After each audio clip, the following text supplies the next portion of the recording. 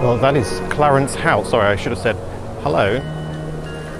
That is Clarence House, which is officially where Prince Charles lives, although, to be honest, it's not really there very often. He's actually not supposed to be living there at all. He was supposed to have moved out when he became king. And William and Kate, who are still basically scrubbing it down at Kensington Palace, are supposed to live in Clarence House and do that dutiful thing of like waiting for the king to die. But they're not allowed because they're in Kensington, he's in Clarence House, although he's hardly ever there, which means he's sort of just hogging it, right? He doesn't really need it. He spends most of his time in Windsor Castle, and he's essentially just like, I don't know, keeping them out of there. Maybe he's got no intention of dying.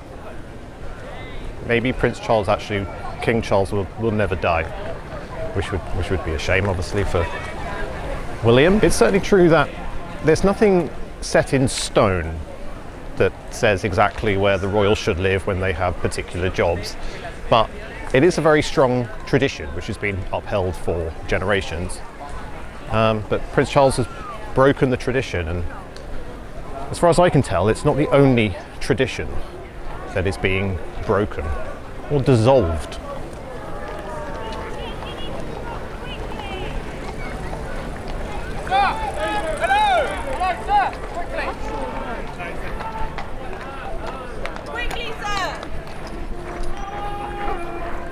Oh shit, I'm sorry, sorry. Where can I go? Where can I go? Oh, here. Oh. Sorry, man. Sorry. Just wait there for me, please. That really was a tune. Buckingham Palace is getting some work done at the moment, so nobody's really using it to live in. And it has that sort of weird feeling about it, like you know, like when a relative has passed away and left the house, and you know, no doubt the Queen's slippers are still like underneath her favourite chair, and the wardrobe still has all her clothes in it, and preserving your dead mother's bedroom is something that does have precedent. I think it was Jimmy Savile, wasn't it? So I'm sure there's no connection in psychology. Oh, look, people enjoying nature. Chavs returning to nature, looking for pigeon poop on their shoot. What are they doing? They just don't know how to behave in the natural setting. I suppose it's probably goose poop, or maybe, you know, angry swan poop.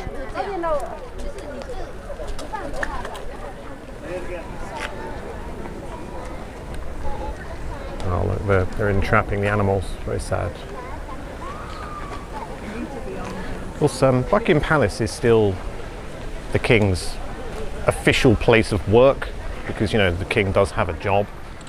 He has what's called official responsibilities, and actually so do we. As citizens of the Crown, we do have responsibilities. For example, we have a responsibility, each of us, sorry, I was looking at the pigeons. We have a responsibility to keep the King's peace.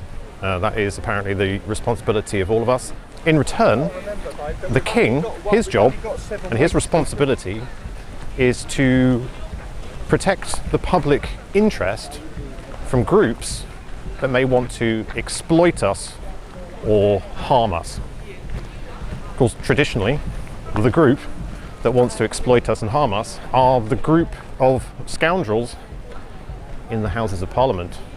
They are the ones that the King has a full-time responsibility to protect us from.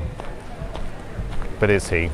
Because there is a pretty serious problem with most of the parliaments in the world, and that's the sheer volume of paperwork that they produce on almost a daily basis. That massive amount of volume of text is actually a perfect design if somebody were wanting to, let's say, hide corrupt legislation in the sheer volume, using it as camouflage. Of course, there is a built-in mechanism in the Constitution in England that essentially is designed to protect us from such things. And that is, of course, you know, voting in your local guy in Parliament. And they're supposed to protect your interests by voting for the bill if it's okay and saying no to the bill if it's not. But of course, spoiler alert, that just simply doesn't happen. I mean, the voting happens, but every single local guy that has been elected by local people sits in the Parliament and actually seems to have a totally different function.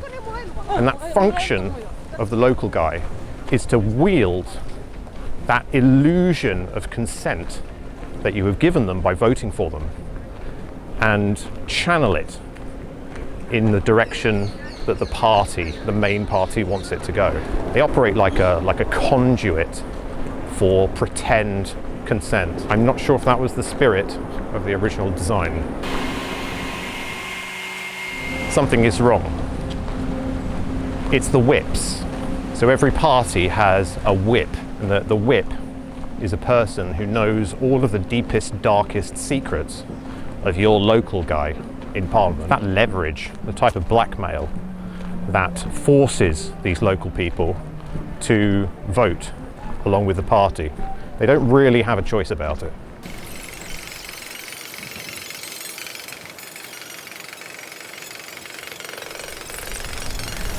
Having your local MP there is sort of like a built-in safety, public safety mechanism, which was designed in to essentially guard from the corruption inside the Parliament. Of course, that mechanism is an absolute, total illusion nowadays, and actually just been slowly eroded over time. But don't freak out. Just in case the government has become corrupted, and all of your local guys, your local MPs, they've all become corrupted as well. There is a further public safety mechanism built into our constitution. It is actually an ancient ritual known as the ceremony of royal assent.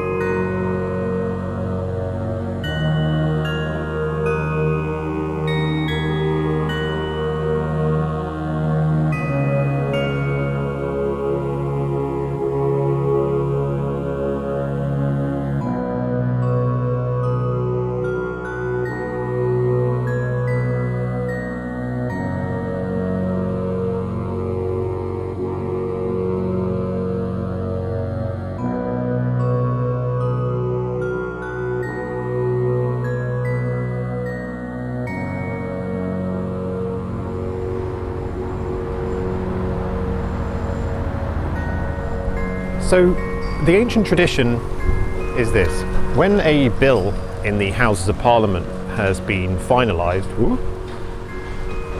it used to be the case in the medieval period that the king or the queen would actually come to the Parliament in person.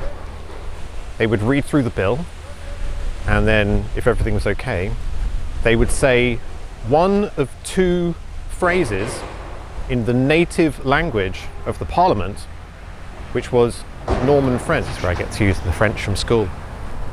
Le roi le veut, which means the king wills it. That means yes, and the bill gets enacted. Or if they want to exercise their veto, they will say le roi s'avisera. My French is great.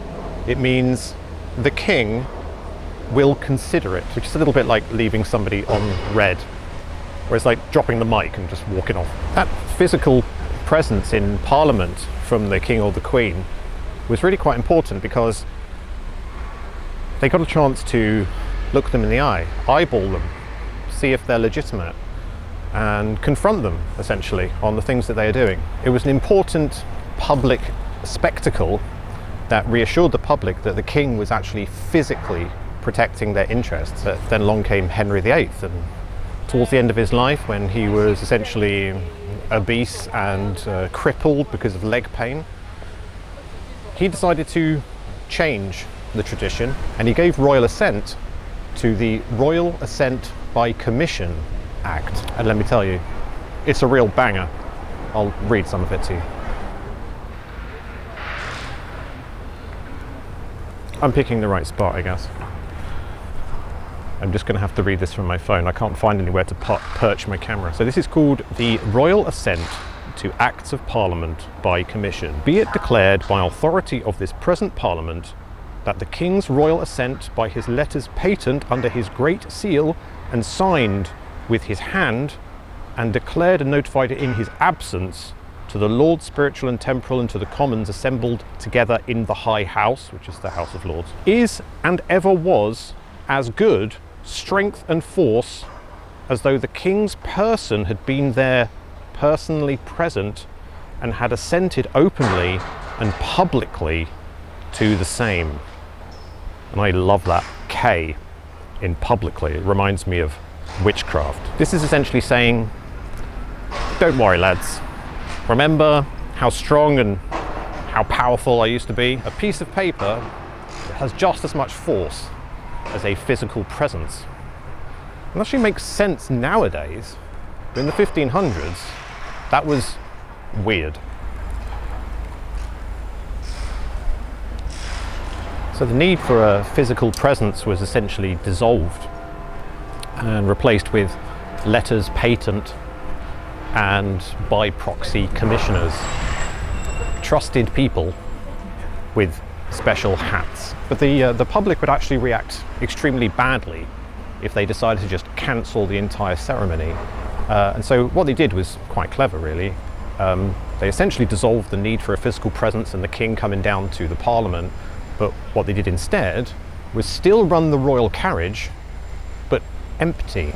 Or rather, there would be like a post boy, a clerk in there who would come down to Parliament in the carriage, pick up what was called the fair copy of the legislation, and then take it back up to the palace, which was St James's Palace back in those days. The bill was written on calf skin, and the king would essentially respond with a letter with one of those two Norman French phrases. That phrase, le roi servira, for no, really doesn't ever get used. The royal veto technically still exists, but it's highly unlikely that King Charles would ever use it. They say actually that if the royal veto was actually ever used, it would cause an enormous constitutional crisis, which may actually cascade into the full-on abolition of the monarchy in Britain. The last time the royal veto was ever used was in 1708 by Queen Anne.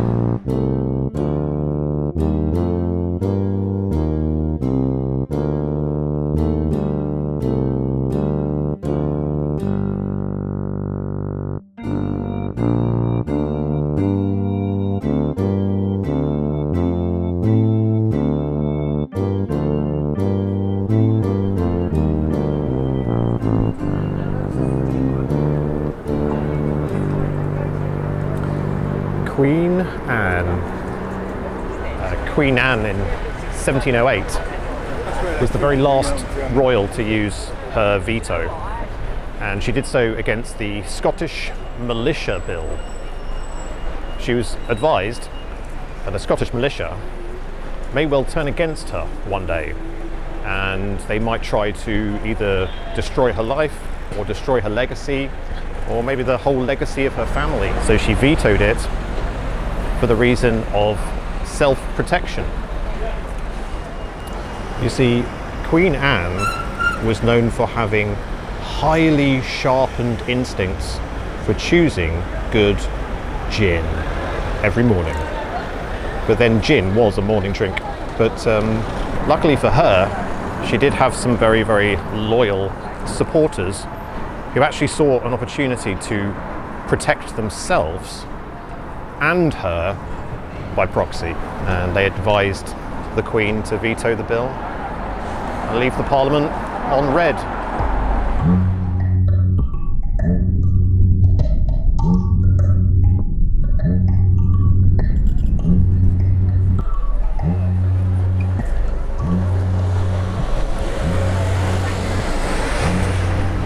During the government of Harold Wilson, which was in the 1960s, they decided that the process of royal assent was still too laborious, too inefficient, too time-consuming. So they decided to simplify it even further, and they brought in the Royal Assent Act 1967. Royal assent essentially started to be given automatically. Anything that passed the Queen's desk would be automatically given royal assent under the guidance of her Privy Council, which are essentially the people who were helping to write the legislation in the first place.